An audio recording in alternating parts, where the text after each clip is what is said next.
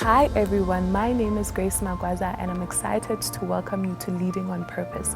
This is a show where we talk about all things leadership, the sustainable development goals, as well as harnessing the power within to make a positive impact within the society. Today we're joined by someone who uses the sustainable development goals to impact the lives of people who are marginalized within communities. Now there's always been talk about creating a legacy, and legacies are often associated with the need to have large sums of money, to use capitalistic measures to create an impact, as well as old age itself. But today, I'm joined by someone who's shifting the narrative. Sir, welcome to the show. Thank you so much for having me, Lerato. How are you? I'm good. How are you? Yeah. Would you introduce yourself to our viewers? Oh, thank you. My name is Olatunji Lincoln Oladayo. I am the founder and executive director for Poverty and Disability Initiative in Nigeria, and also executive director for Poverty and Disability Initiative in Kenya, PADIN, and also a Global Peace Ambassador. I'm proud to say that, and I'm proud to say MasterCard Foundation scholar here at USIU Africa. Yeah. So before I delve into the many magnificent things that you have done already, obviously you are a young man, I want to talk about the values that have shaped who you are for you to be able to do what you do today. Wow, that was a fantastic question. Thank you once again for having me. There are so many values I have inculcated to my day-to-day activities, like resilient, being persistent, being consistent too in whatever I found myself doing. And I like doing what I love most, doing it very well. So that I can impact people, benefit from there too, and also impact lives of individuals in the society. Okay, so today we're talking about creating legacies of impact. So in your opinion or your own words, how would you define a legacy? Yeah, for me, I think legacy is the act of you trying to rewrite history. Yeah, if you are not convenient with the story you heard about yourself or the history you've been hearing about your generations, so the ability for you to rewrite that history, that is legacy. And I would like to say you just have to leave a positive legacy, because rewriting history can be both positive and negative. Yeah. So in your own experience, what can you say cemented the need to actually shift the narrative that you're talking about? Yeah, if you deeply look into my story, the story of my life, I was born as a person with disability and also from a very, very disadvantaged background. But writing my history has been my primary objectives from the beginning of my life, to see how I can empower over 30 million Nigerians that are persons with disability, not just 30 million Nigerians alone. Yeah, we have over 80 million Africans that are persons with disabilities. So somebody have to fill in that gap. So this was what transpired me to see how I can fill that gap for persons with disability, not just these vulnerable people, but less privileged, so-called, in the society, especially youth and women. Yeah, using my story to change their lives and how I can impact them too, for them to be stand firmly on whatever they find themselves doing. Yeah. You have an organization, Sure. and you had it at a very, very young age. Thank you. I want you to walk us through the process, first of all, of how you ended up deciding that this is something that you should do, as well as now the services that are offered by your organization. Yeah, like I said from the beginning, I think I've introduced the organizations to you. Yes. PADIN is an organization established to empower persons with disability in order to meet both physical, political, economic, health, social and material needs, and also bringing unsurpassed certainty to financial freedom for the vulnerable youth and women through entrepreneurial skill, vocational skills in the society. Like I said from the beginning, what transpired to me, what inspired me rather, was my story, because I was born from a very poor background. I was raised from a very poor background, so I know the pains people are passing through out there You know, you should think about somebody that is a person with disability and also from a vulnerable home. And my family do not believe so much on empowering persons with disability because they believe society is not ready for such person based on his incompetence, so they say. But I'm glad that I'm filling the gap, like I said earlier, to change people's narrative and to see how inclusions can be a primary aim in the society, where we find persons with disability with their ability doing something great in the society. Yes. I'm glad that you brought up the issue of empowering persons with disability, because we live in a society where impact is only done towards people who their paths have been clear, their paths are already laid out. So in your journey, what are some of the challenges that you have encountered, especially when it comes to people who are marginalized in society, particularly persons living with disability? Yes, for me, I think accessibility is one of the problems. Yeah, when some of our buildings nowadays are not accessible for persons with disability, but I am glad that I am in a school who the inclusion is paramount. United States International University Africa, inclusivity is paramount in school. So you can see wheelchair users and other clusters are having accessible environment to their education. So to other people there, I think we have to, inculcate such into our building structure to see that there is accessible for persons with disability. And also the rate of unemployment in persons with disability are high now because people don't want to employ them because they believe that these people are not, you can't get something positive from them, you know. And also they are looking at their ability. But trust me, I have worked with a couple of persons with disability doing marvelous great things in their various field of studies, in their various organizations, in various companies, working selflessly and relentlessly towards the visions of wherever they found themselves working. Do you understand? So we have to make sure that we employ more people, because if you check the poverty rate in Africa, I can tell almost 15 to 20% of the poverty rate are being caused by persons with disability because they are not engaged in the society. So it is high time we talk about inclusions. It is high time we bring these people into the picture for the progress of Africa. Seeing this gap and how significant it is to empower persons with disability, what are some of the things that your organization has done to make sure that you bridge the gap? We believe when we started this program, our belief was empowering them, not just, going to their colony, going to the disability communities to share food for them, you know, to give them clothes or to build shelter for them. But we believe on financial uncertainty. What we mean here was try to empower them vocationally, you know, rendering a skill acquisitions training for these people so that they can be financially free. So that, you know, for example, maybe we train you on photography, you know, as a person with disability. When you are done, we empowered you, we connect you, you understand? Whatever we have, for example, instruments to support what you've learned from us, we give it to you. You go out there and start making money, not just for yourself alone, for your family members, so that you will be useful in the society. So giving them food is not enough. Again, we have to open their eyes to remove them from this perspective of begging in the streets, you know. It is high time we get them involved, you know, get them informed and make them active in the society through skill acquisitions training, vocational training too. Yeah. As someone who has first-hand experience regarding some of the challenges that persons with disabilities face in being integrated into the society, how can we bridge the gap? Because I don't believe that it is your sole responsibility as someone who's living with disability to carry your entire community. So how can we do better?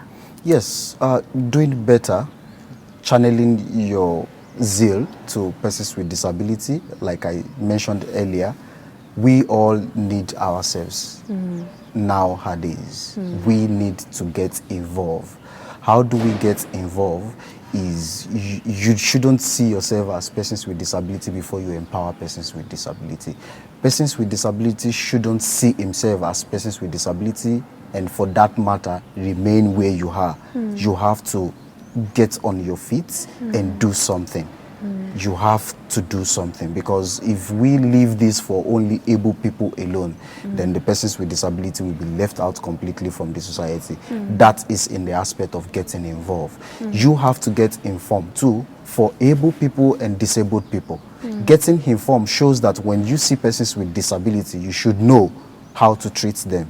You understand? You shouldn't just go and push somebody away, wheelchair users, because he's a person with disability. You have to ask for his permissions to do that. So you have to get informed, and getting informed shows terms used in addressing persons with disability. You don't just see them and say cripple. You know, there are terms you use to address people that makes them feel comfortable in the society. That's the aspect of getting informed. Now, we all of us have to be active too. How can we get ourselves active? Is empowering individuals. You know, our organizations is poverty and disability. So we are both working on empowering not just persons with disability, people that are not people that are able to are involved. So at this point, we have to be active. We have to work in one accord. You know, that an able person can see persons with disability and collaborate with him and partner with him shows that we are active. And I can boldly tell you that this is what Africa needs now. We just have to be active. We can't leave other problems to governments again, or our leaders who are leading the country or the society. We have to do something. We have to be active, yes. I love your sentiment about the importance of getting informed and including people who are able to actually help the people who are not very much able. So my question to you now is about the practicality of starting an organization. And yours is a bit expansive in that it includes persons living with disability as well as people who are marginalized in society because of poverty. So my question to you is, what are some of the practical steps that you took on to start your organization? Yes, when it comes to practicality, you have to get your vision clear, and you have to know the missions of the organization. You shouldn't derail from what prompted you to start an idea or an initiative. You understand? So when it comes to practicality of my staffs or volunteers in my organization, our primary objective is seeing each other as one. No discrimination, no stigmatization. When you see persons with disability, you shouldn't see that disability in him, but an ability that is very unique in such person. If you come to our office in Nigeria, we have both persons with disability and able people working relentlessly for the progress of the organizations. But if you check vividly from the able people working with us, most of them have history of persons with disability in their family, so they took it as a zeal. And I can boldly tell you today, in Africa, over 80% of us are not. You shouldn't see somebody having two complete ends, two complete legs, and you feel that person is okay. You know, we're having different type of persons with disability. Can I say stuff in the society? Yeah. So the practicality aspect now is try to, bring in this perspective that don't look at these people because of who they are, you know, or how they are. Let's work in one accord, because of the dream is to see that vulnerable people are being empowered, persons with disability are being included in the society. That is just the aim, yes. Okay, so I love, there's a saying that says that if you want to walk fast, walk alone, but if you want to walk far, you should walk with people. Yes. The personnel within your organization, when you started, how did you weed out who needed to be there and who doesn't need to be there? Because I don't want to paint a picture for our audience that finding people who see your vision as you do is easy.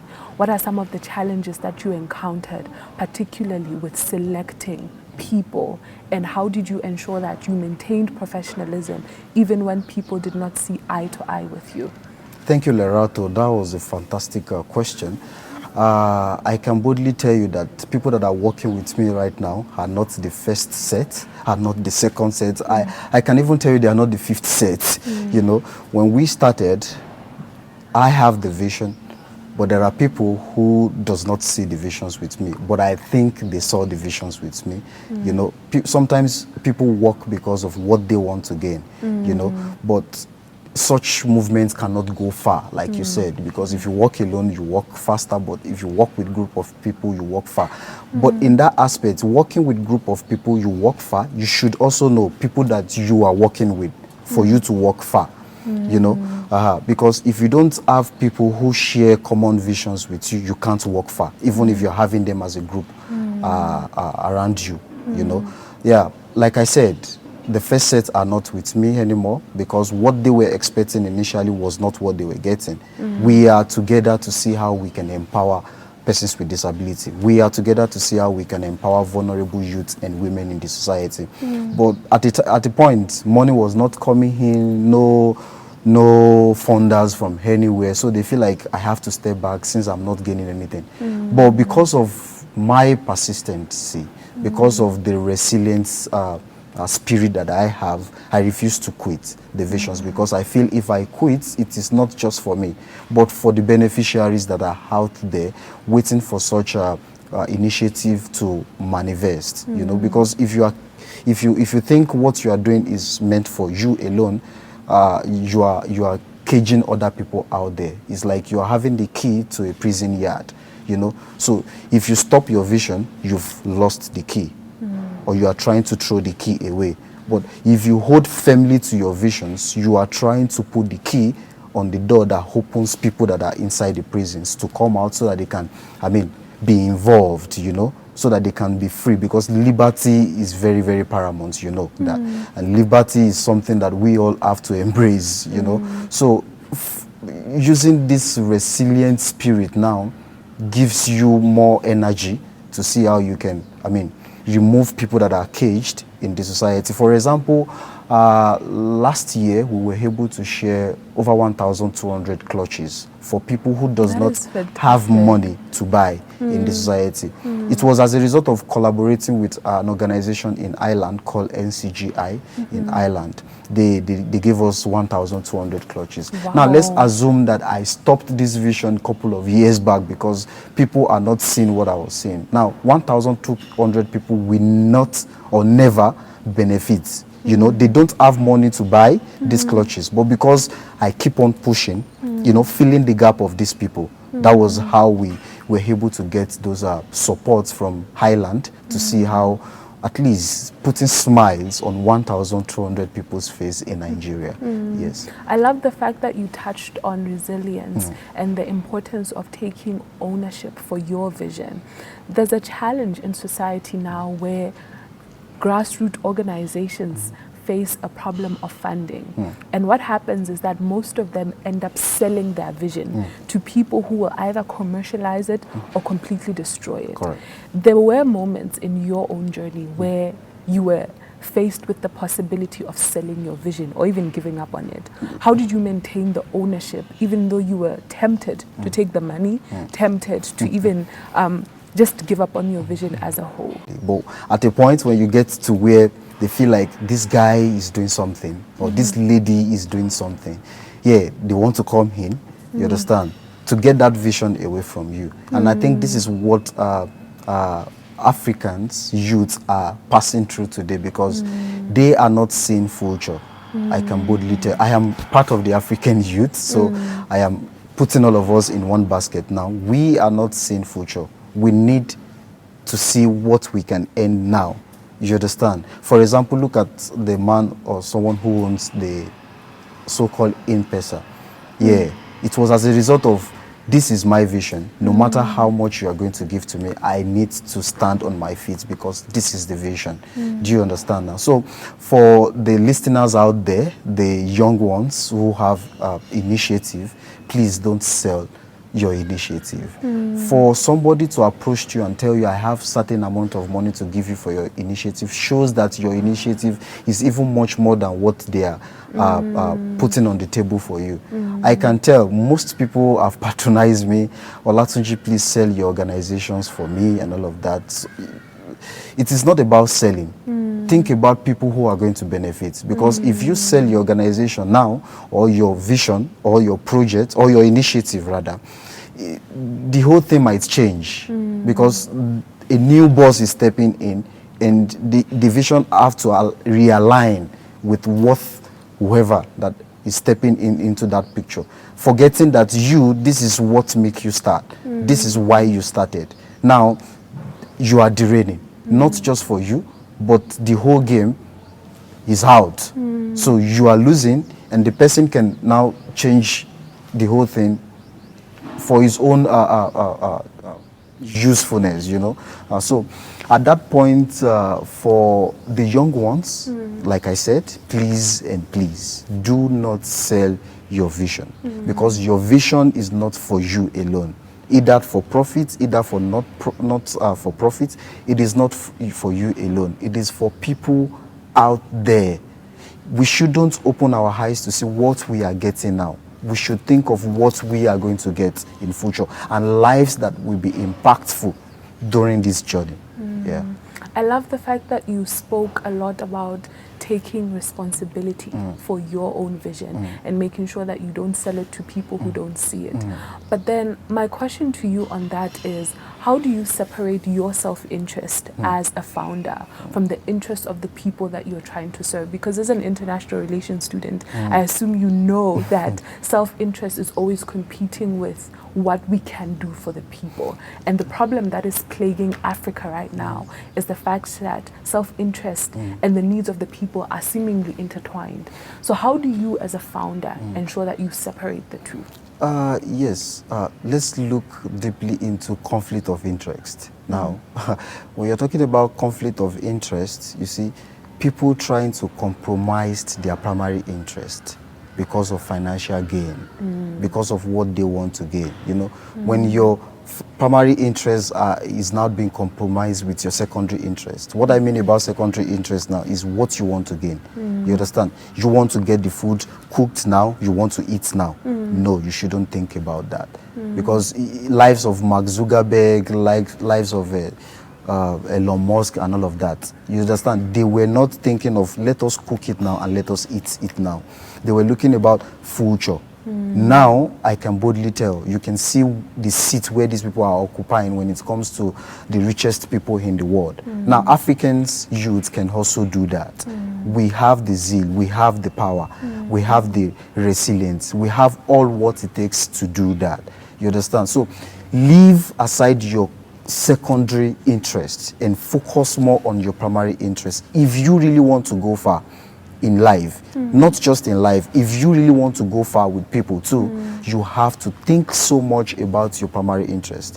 What makes you start this from the beginning?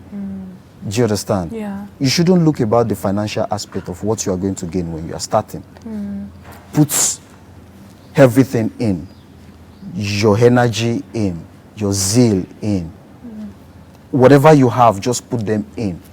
Okay. Trust me, money will just come on its own. Yes. I recently read a UN report where they were talking about how people don't actually understand why the 17 goals are called sustainable development goals.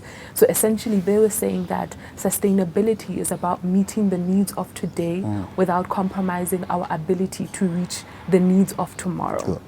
So this brings me back to what you were saying, that we shouldn't make our interests to conflict, right?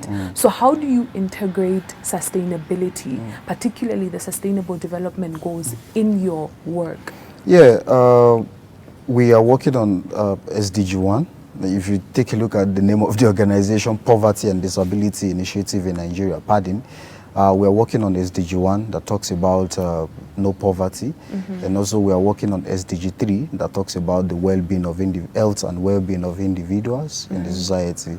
But we are channeling the health and well-being to mostly persons with disability in Africa, not just in Nigeria also. And I can boldly tell you also we have our organization in Philippines. Yes, we have PADIN in Philippines, and we have country director in Philippines working selflessly for the organization. So on the aspect of that part, I think we work on SDG 17 too, collaboration and partnership too. And also SDG 5, I may not get what the SDG 5 is saying, but I think we're working on the SDG 5 that also talks about equality in the society, equality of persons with disability and able people in our educational sector, employment, and all of that. So 4 paramount SDG goals are what we are working on currently. Yes, among the 17 SDGs. Yeah. I am so inspired by this conversation, and I can't hold back but want to ask you, with the incredible work that you have done, what are some of the milestones that you have reached so far? Thank you so much.